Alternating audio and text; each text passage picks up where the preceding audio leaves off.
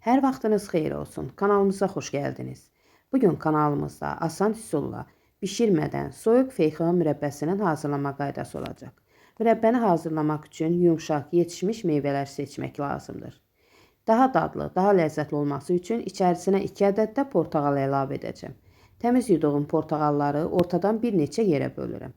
Qabığın soymağa ehtiyac yoxdur. Feyxoaların uc hissəsini kəsib atıram.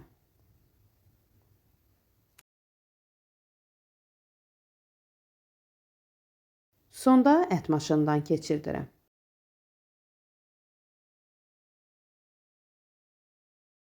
Bu cür hazırlanan feyxoa mürəbbəsi soyuq dəymənin bir nömrəli dərmanıdır. Tərkibi yodla, vitamin C ilə zəngindir.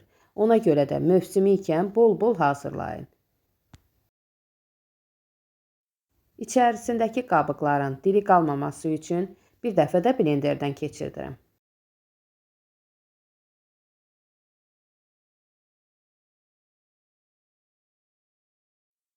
Hər 1 kilo meyvəyə 1 kilo da şəkər əlavə edirəm. 2 kilo yarım meyvəyə 2 kilo yarım da şəkər əlavə etdim. Qaşıqla yaxşıca qarışdırıram.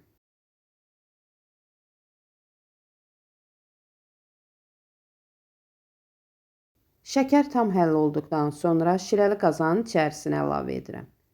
Qapağı örtüb soyuducuya yerləşdirirəm.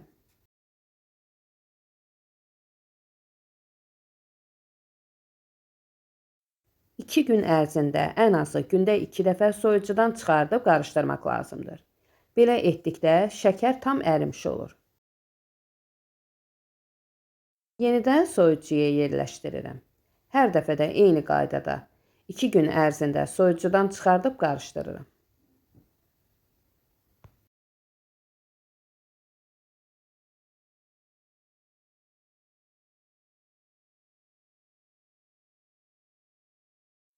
İki gün sonra soyuducudan çıxardıb yaxşı qarışdırdıqdan sonra bankalara yığıram.